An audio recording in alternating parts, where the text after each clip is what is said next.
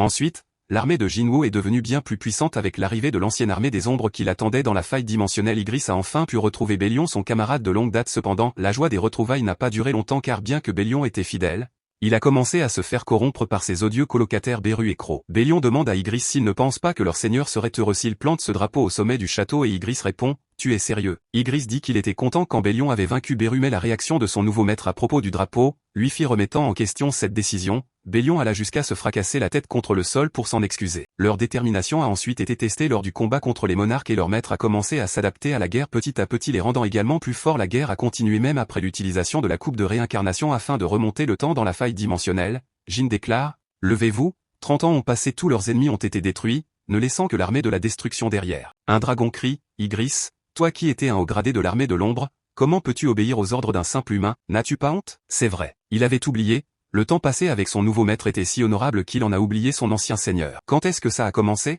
Quand a-t-il commencé à oublier son ancien seigneur? Il se remémore quand Jin a rencontré Jin Chulé de ce que Jin avait dit. L'oubli est une bénédiction donnée aux humains par les dieux même si cela vient d'un homme utilisant un outil divin. La bénédiction de l'oubli? C'est vrai, inutile de réfléchir de manière si complexe, il n'a pas pu complètement oublier son ancien seigneur. Contrairement à Cupide et Acier qui ont tout oublié et vivent à présent une vie ordinaire car leurs âmes se superposaient avec le temps ici, il est encore aux côtés de son seigneur, ses sentiments pour lui sont liés à son ancien seigneur. Il est un chevalier mais surtout l'épée de son seigneur, l'un des commandants qui dirige l'armée des ombres. Il dit à Jin que la bonne réponse de la question 14 est le numéro 2, pas le 1. Qui d'autre que lui pourrait assister son seigneur? Le commandant en chef Bélion qui est aussi grand qu'une montagne. Ou bien le commandant Beru qui est intelligent certes mais reste un insecte. Comme il le pensait, lui qui a reçu son diplôme de l'Académie des Chevaliers avec excellent résultat est le seul à pouvoir assister son seigneur. Jin réplique mais la réponse à la question 14 c'est noté que c'est la numéro 1 pourtant. Peux-tu jurer sur ta vie que c'est la numéro 2 demande Jin. Ygritte nerveux ne sait pas quoi dire et commence à chercher dans le livre, il dit qu'il manque encore d'entraînement. Mais il ferait en sorte de s'améliorer encore plus pour lui,